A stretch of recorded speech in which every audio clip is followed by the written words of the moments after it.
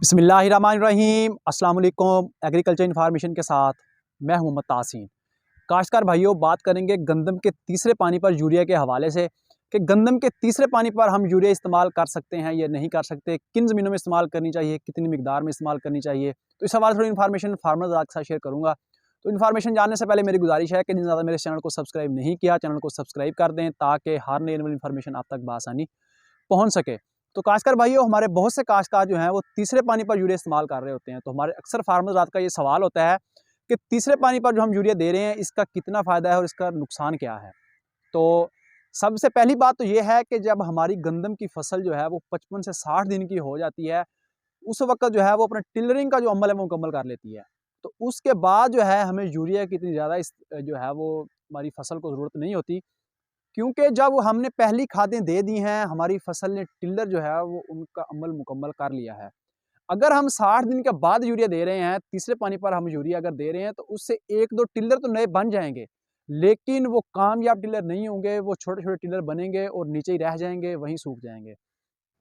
उन पर सिट्टे वगैरह जो है वो नहीं बनेंगे। क्योंकि जिस वक़्त हमारी गंदम की फसल जो है वो 60 दिन की हो जाती है, तो हमारा जो गंदम का जो पौधा है उसमें गांठें बनने शुरू हो जाती हैं। तने में जो है वो उसकी गांठें बनने का अमल शुरू हो जाता है।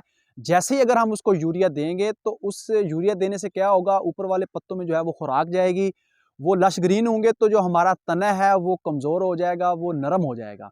तो नरम होने से क्या होगा कि हमारी गंदम की फसल के जो गिरने के चांसेस हैं वो बढ़ जाएँगे। तो इसी तरह जो है हम गंदम के तीसरे पानी पर जो यूरिया दे रहे होते हैं उसका हमें कोई फ़ायदा हासिल नहीं होता।